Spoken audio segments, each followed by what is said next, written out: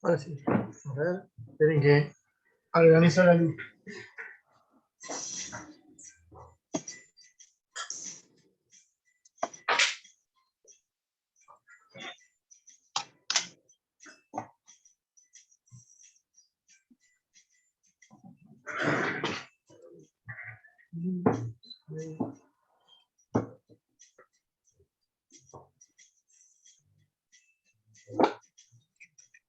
Bueno, buen día. ¿Cómo están? Buen día, Ignacio. El horario de trabajo fuerte de los bares, por ejemplo, Plaza Serrano, es a partir de las 10 de la noche hasta las 3 de la mañana. Si no los escucho, por lo menos hagan. Sí, se escucha Escucho el bien. noticiero. La clase de hoy lo que Juan. vamos a hacer es, se van conectando todos, hay dos giras. Poder volver a tener el 30% de la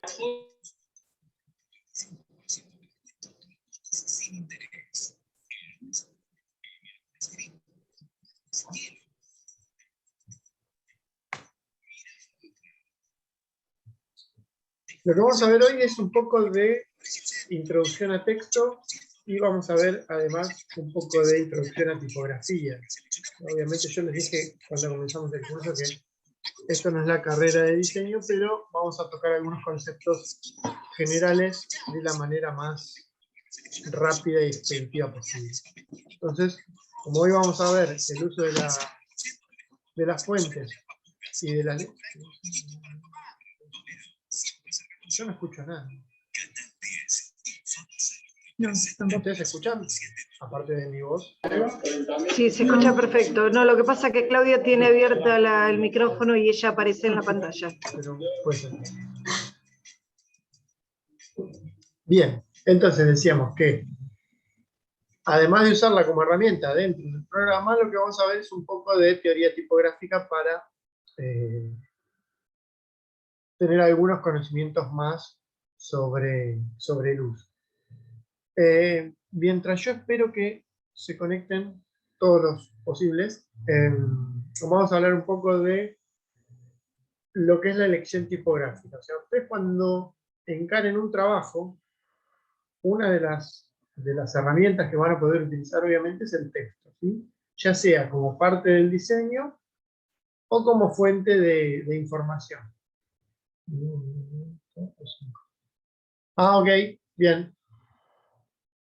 Bueno, entonces el señor Gabriel, préstele la suya. Entonces, la elección de la tipografía o la elección de la fuente o la elección del tipo de letra que vamos a utilizar en ese proyecto va a determinar mucho el sentido estético del mismo, ¿sí? Nosotros tenemos dos grandes categorías, hay varias, pero yo voy a tratar de hacérselo lo más simple posible para no caer en tecnicismo. Nosotros tenemos lo que serían las fuentes de bloque, que son las letras que utilizamos para bloque de texto, es decir, para verter la información, donde generalmente tienen que ser letras cómodas, legibles, sin mucho firulete ni fantasía, donde básicamente la función de la fuente en este caso es informar.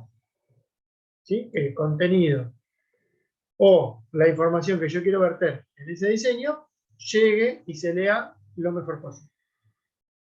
Después están las tipografías de display o de banner o de título, que son justamente sí, las que vamos a utilizar para destacar, llamar la información, si quieren darle un sentido estético a nuestra obra o a nuestra pieza, donde ahí sí podemos jugar un poquitito más con las variantes del diseño, con los juegos tipográficos, con los gags tipográficos, y vamos a ver que hay más variedad.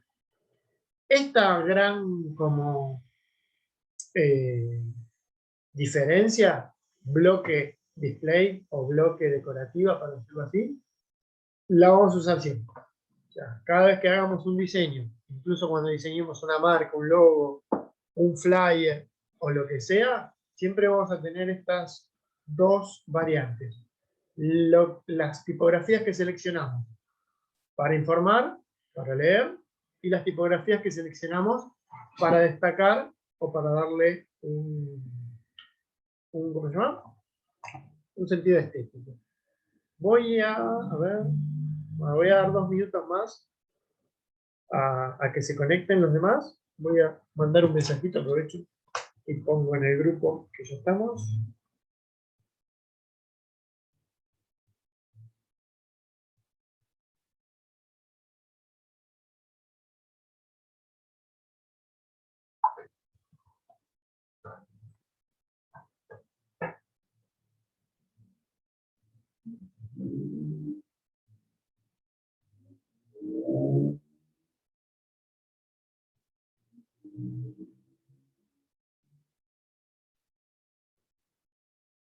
Bien.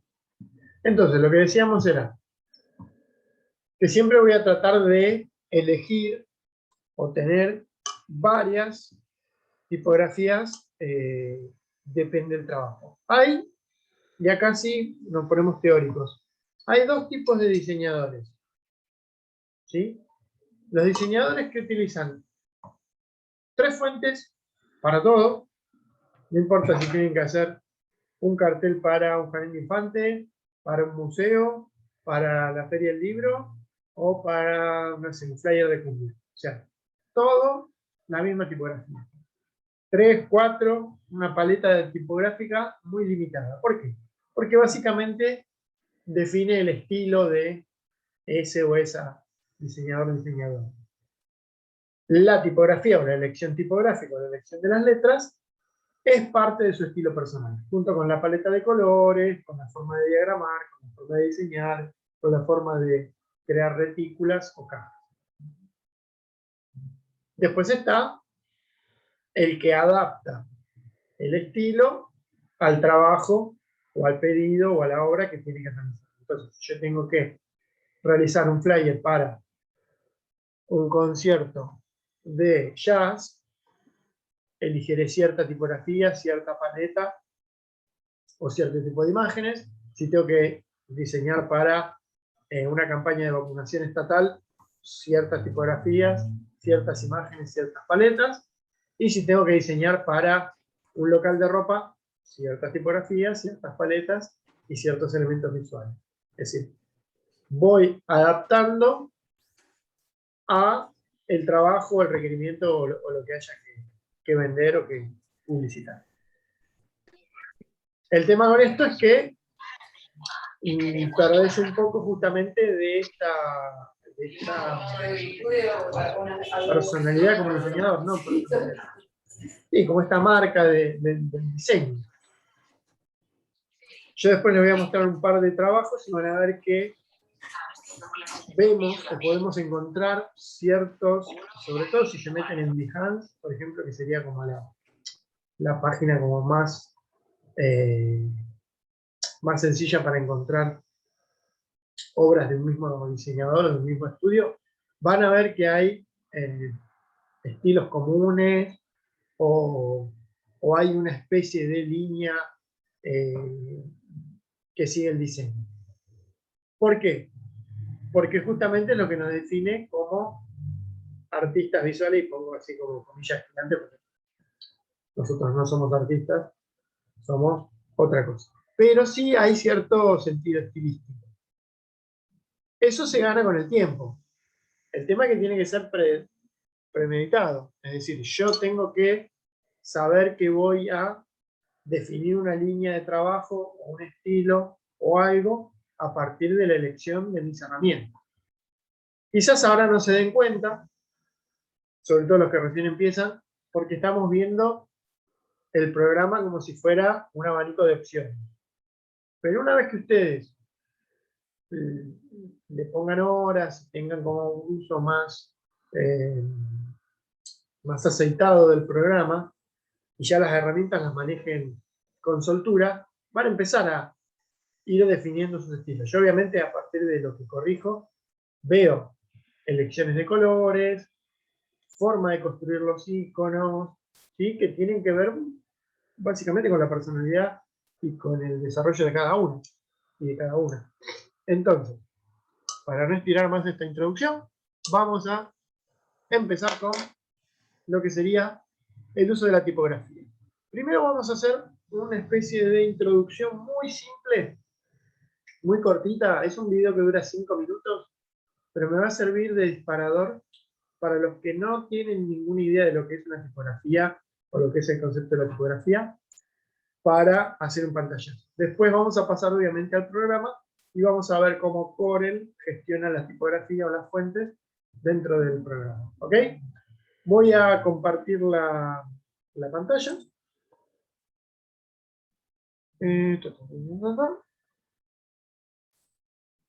Voy a ver si puedo hacerlo desde acá. ¿Ven todos ¿Ven todos la pantalla del navegador? Sí, sí. Sí, se ve. Sí, perfecto. Bien. Vamos a chequear si escuchan el audio, porque está en español.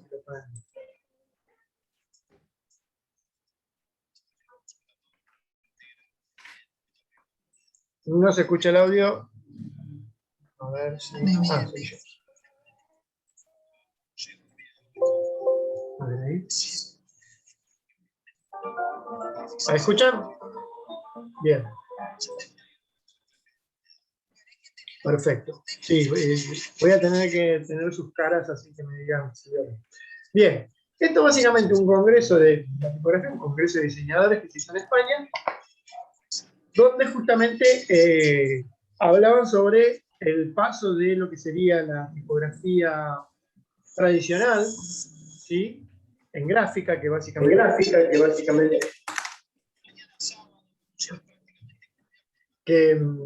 es el uso de imprenta, con el traspaso a el campo digital. Que se está, o sea, obviamente que todos trabajamos en digital, pero siempre hay como una especie de traspaso entre las reglas, la composición, la elección tipográfica de lo tradicional a lo digital. Son básicamente dos campos distintos. Muy chiquitito, muy resumido es lo que es un poco este video. Yo lo voy a ir pausando a medida que vaya detectando los puntos de interés.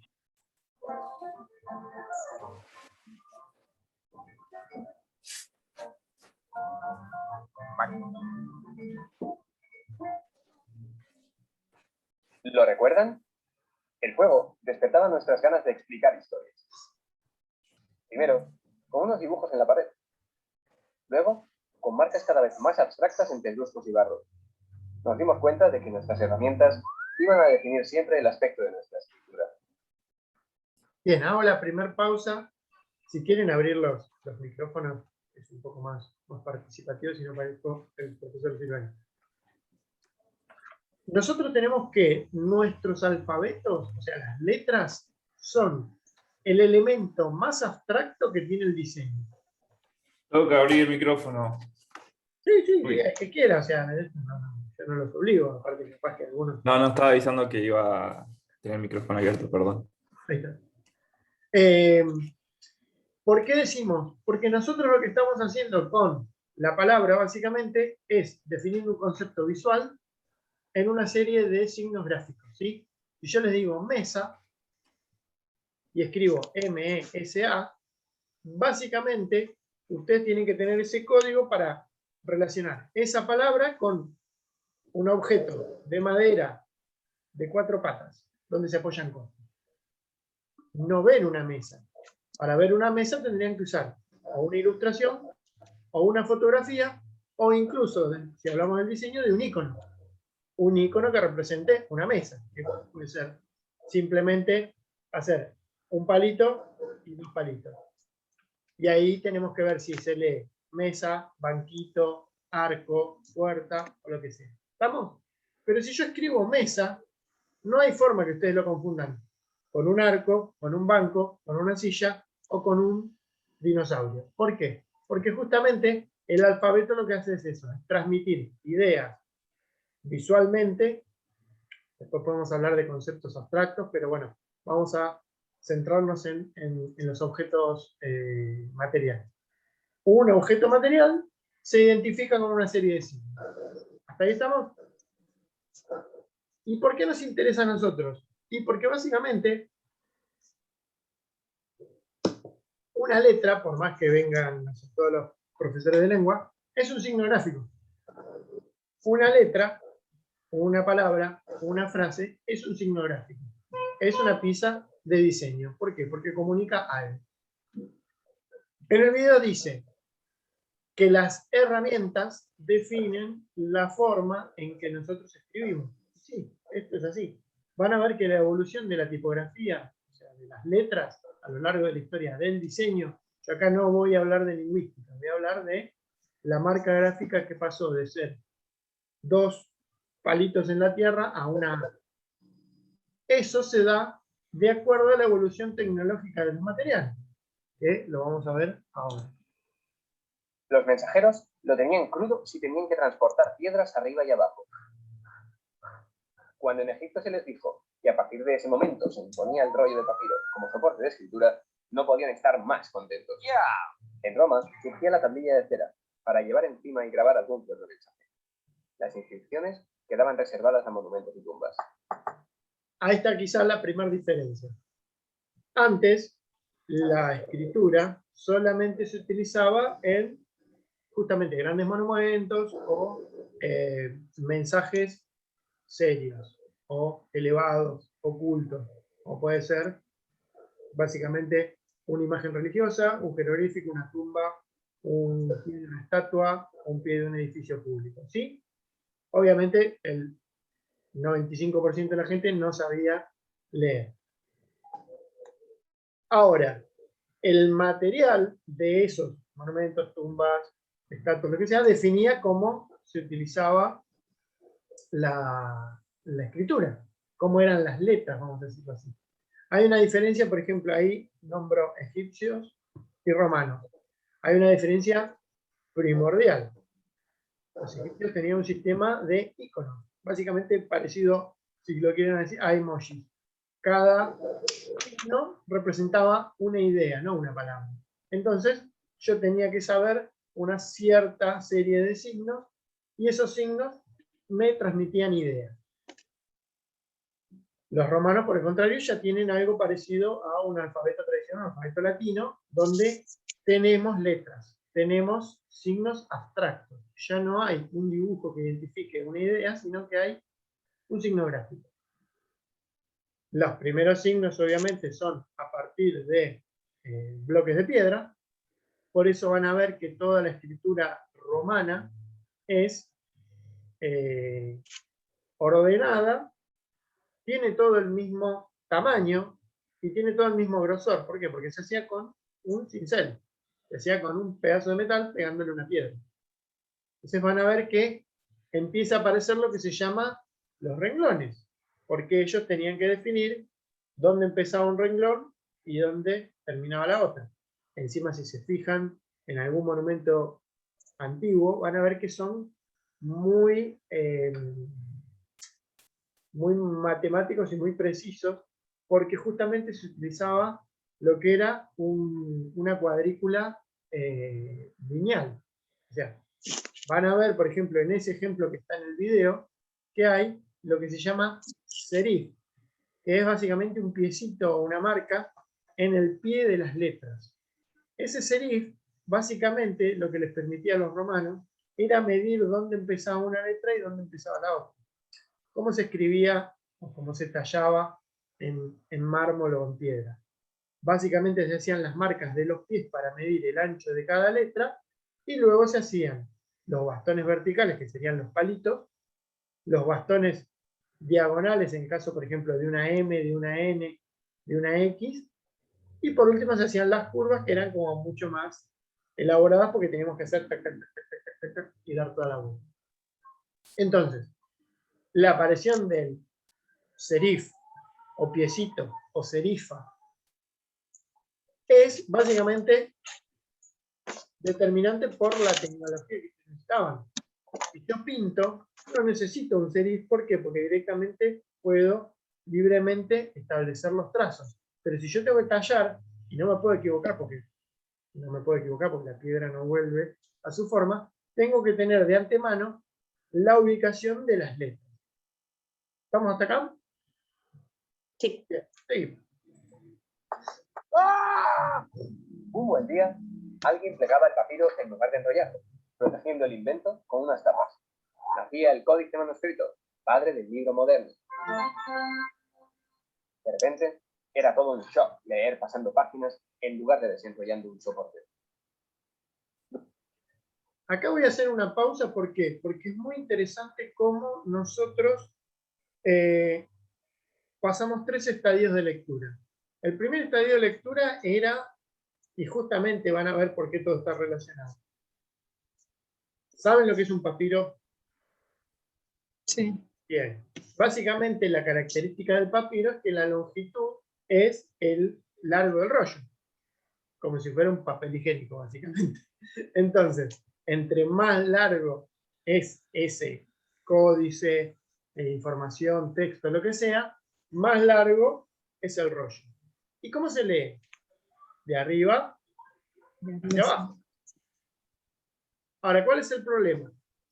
El problema que tenían los papiros era que eran difíciles de almacenar, porque no eran todos iguales, o sea, cada uno tenía una longitud determinada, y la fragilidad del contenido, como se enrollaba en sí mismo, las páginas exteriores, vamos a decirlo así, pero el material exterior quedaba expuesto a incendios, a humedad, a hongos y a porquería.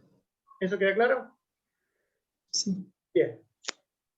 Un señor se le ocurrió, che, ¿por qué no le ponemos unas tapitas para que justamente se rompa la tapita y lo de adentro, que eso es básicamente el concepto del libro? Pero a su vez, tenían que tener una forma de hacer que todo tenga más o menos el mismo formato, que es básicamente la hoja. La página, como la conocemos nosotros, determinó eso.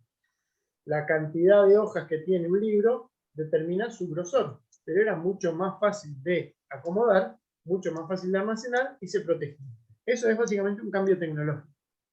Bien, ahora, nosotros ahora ya dejamos de leer así y volvimos al papiro. ¿Por qué?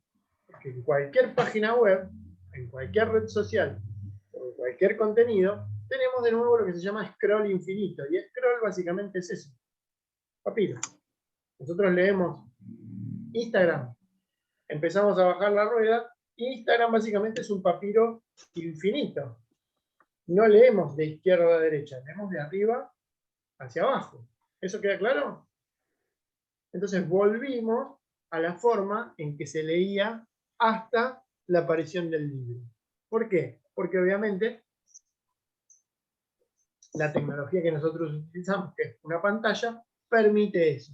Y es más cómodo ajustar el ancho, que sería el ancho del papiro, ya sea el celular o la pantalla, y leer para abajo.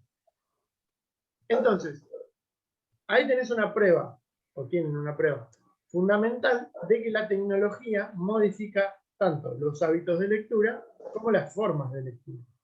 ¿Estamos hasta ahí? Durante la Edad Media, la cultura se encerraba en monasterios donde los copistas copiaban y copiaban manuscritos uno a uno. El pergamino había sustituido al papiro, pero era más caro, así que había que rentabilizarlo escribiendo cada vez las letras góticas un poco más estrechas.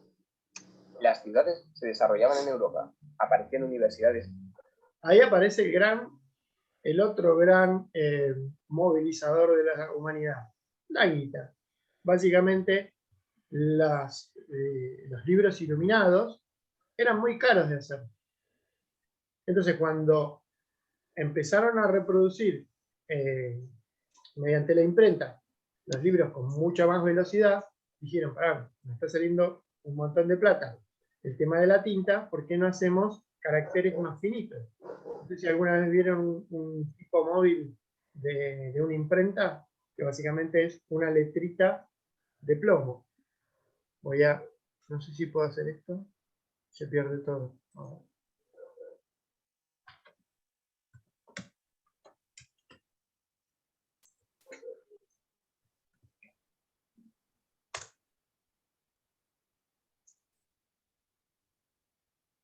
A ver si se ve ahí. Creo que abro. ¿Ahí lo ven? Sí. Bien, eso básicamente es un tipo móvil gótico. O sea, esta tipografía es, la fuente es gótica. ¿Tendría que ser como un sello? Es O sea, un que se sello. pasa la Básicamente, una imprenta es un sello con un montón de letritas, donde el imprentero lo que hace es cambia cada letra para crear las páginas. Sí, es un sello. Ahora, López, ¿no? Fíjate el grosor que tienen las letras. Esto va lleno de tinta. Y la tinta, en 2021 y en 1420, era cara. Siempre fue cara la tinta. Entonces, ¿cómo hago para ahorrar tinta? Bueno, tengo que meter menos tinta justamente a las letras. Las hago más finitas. Por eso, después salieron, a ver si encuentro acá alguna que sea más finita. Acá.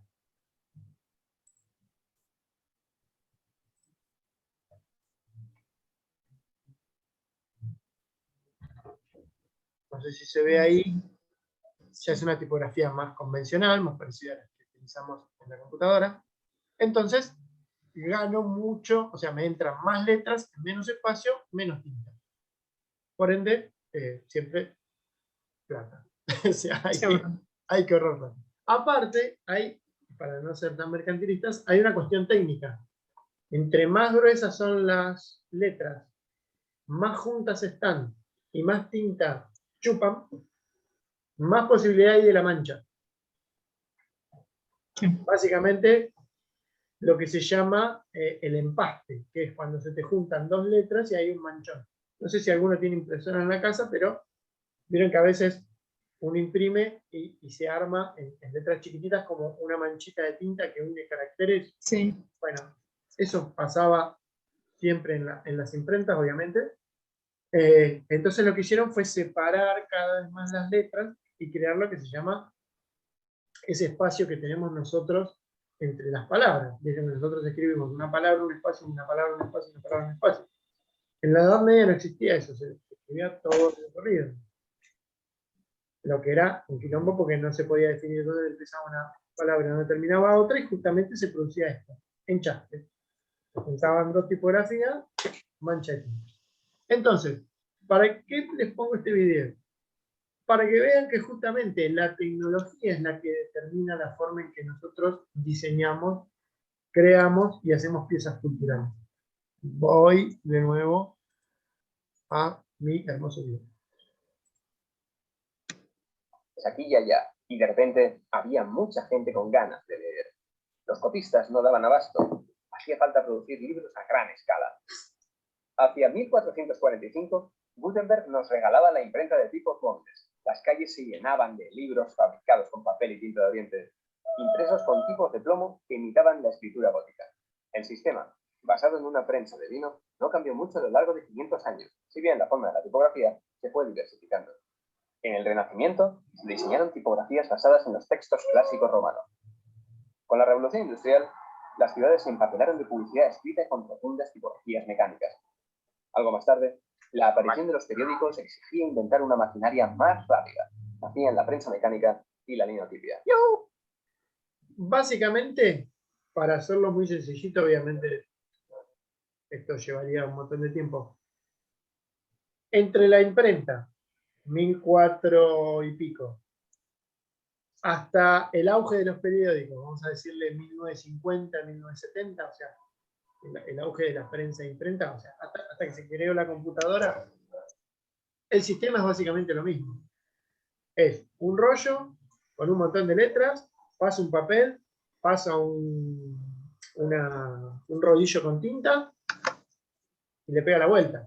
Lo mismo que la serigrafía y lo mismo que un montón de técnicas. O sea, lo que cambió todo fue lo digital, que ya no requería una maquinaria gigantesca para producir, porque hoy básicamente las tiradas de las revistas y de los periódicos leemos en la compu. Me van a decir, pero los libros. Bueno, sí, los libros se han mantenido y si bien no tienen esos números de 10 millones de ejemplares, 5 millones, sí hay fenómenos literarios y sí se sigue manteniendo el hábito de la lectura más normal, es decir, leer de la página 1 a la 2, de izquierda a derecha, en el formato tradicional. A mediados del siglo XX, las tipografías se digitalizan. En 1984, se presenta en sociedad el Apple de Macintosh, que permite que la tipografía llegue a millones de usuarios. Bueno, este señor es fanático de Apple, pero en el 80 IBM había hecho una computadora personal antes. Pero no importa. Vamos a decir que el concepto de tipografía o el concepto de fuente, antes solamente lo conocía un tipógrafo, un diseñador gráfico o un imprentero, y hoy yo les voy a decir, bueno, bájense tal tipografía o tal fuente. ¿Por qué? Porque es de uso común. O sea, si la computadora lo que hizo fue un montón de conocimiento que estaba reservado a un especialista que sea de uso común. Y por eso ustedes están haciendo también este curso. Lo pueden hacer porque tenemos la posibilidad de justamente generar una clase o lo que sea mediante un programa de computadora. Las pantallas de píxeles nos ofrecen otra visualización y surgen otros comportamientos de lectura. Hemos entrado en la era digital y el hinting nos saluda. ¡Hola! En los años... Ahí cuando nombra el hinting sería básicamente el equivalente al empaste digital. Es decir, nosotros ya no tenemos problema de empaste, ¿por qué? Porque no utilizamos tinta, pero sí tenemos el problema de la pixelización, o sea, que se vea nublado básicamente o borroso una tipografía, o los problemas de empaste visual, es decir, cuando se junta algo y se ve una mancha por acumulación de ya no tinta, sino de píxeles. En los 90 nace la World Wide Web. Al principio es un medio poco interactivo. Las páginas web copian el aspecto de los documentos de papel. Poco a poco, Internet hace que cada vez estemos más tiempo delante de las pantallas. Dándose cuenta, Matthew Carter crea la tipografía Verdana especialmente para este soporte. Pronto la web 2.0 se vuelve más interactiva, con diseños líquidos donde el usuario elige diversas configuraciones. La cantidad de estímulos aumenta y nuestra atención se disgrega por la cantidad de contenidos multimedia que nos ofrecen. Los comportamientos de lectura siguen cambiando. Prensas y revistas empiezan a potenciar su edición digital por encima de la de papel. Hoy, los dispositivos móviles, con pantallas cada vez más grandes, permiten que llevemos Internet. Aparecen las tablets y los libros electrónicos, que parecen condenar a muerte la biblioteca. Las pantallas ofrecen una sensación similar a leer sobre papel. El hinting empieza a hacer las maletas. Todo sigue cambiando en un entorno cada vez más digital. ¿A qué retos se tendrán que enfrentar los tipógrafos del mañana? Más allá de la tinta. Bien, básicamente es un video hecho para tipógrafos, o sea, para gente que se dedica a diseñar letras. Pero es básicamente, o sea, es un reto que tenemos como diseñadores. Por más que nosotros no seamos tipógrafos y simplemente utilicemos tipografías ya creadas, estos problemas, o básicamente esta historia de la tipografía, nosotros la vamos a ver. ¿Por qué? Porque justamente la elección de esas tipografías o la elección de esas fuentes van a determinar, me queda un minuto, 3, bien, van a determinar cómo va a quedar nuestro trabajo. Entonces, lo que vamos a hacer ahora, cuando me eche Zoom, es, vamos a entrar a Corel, vamos a ver las primeras impresiones sobre cómo se utiliza la tipografía en Corel, y después vamos a ir a una serie de páginas para que veamos dónde tomar prestadas tipografías y algunas definiciones sobre la tipografía como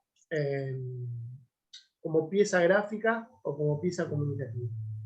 Este videito, los enlaces de las páginas y algunos apuntes muy sencillitos que preparé, se los voy a subir al grupo. Así, bueno, después obviamente lo pueden ver tranquilo. Ahí vale, es cortito, de unos 5 minutos, pero me parece, de lo que yo estuve viendo, es la forma más simple de explicar 20.000 años de letra, de tipografía, en 5 minutos. A ver. Bien. ¿Alguna duda sobre el video? ¿O sobre los temas que tocamos hasta acá? Por mi lado está muy claro, la verdad que muy completo el video. Bien. Yo voy a tratar de no caer, justamente, no caer en tecnicismo. ¿Por qué? Porque obviamente nosotros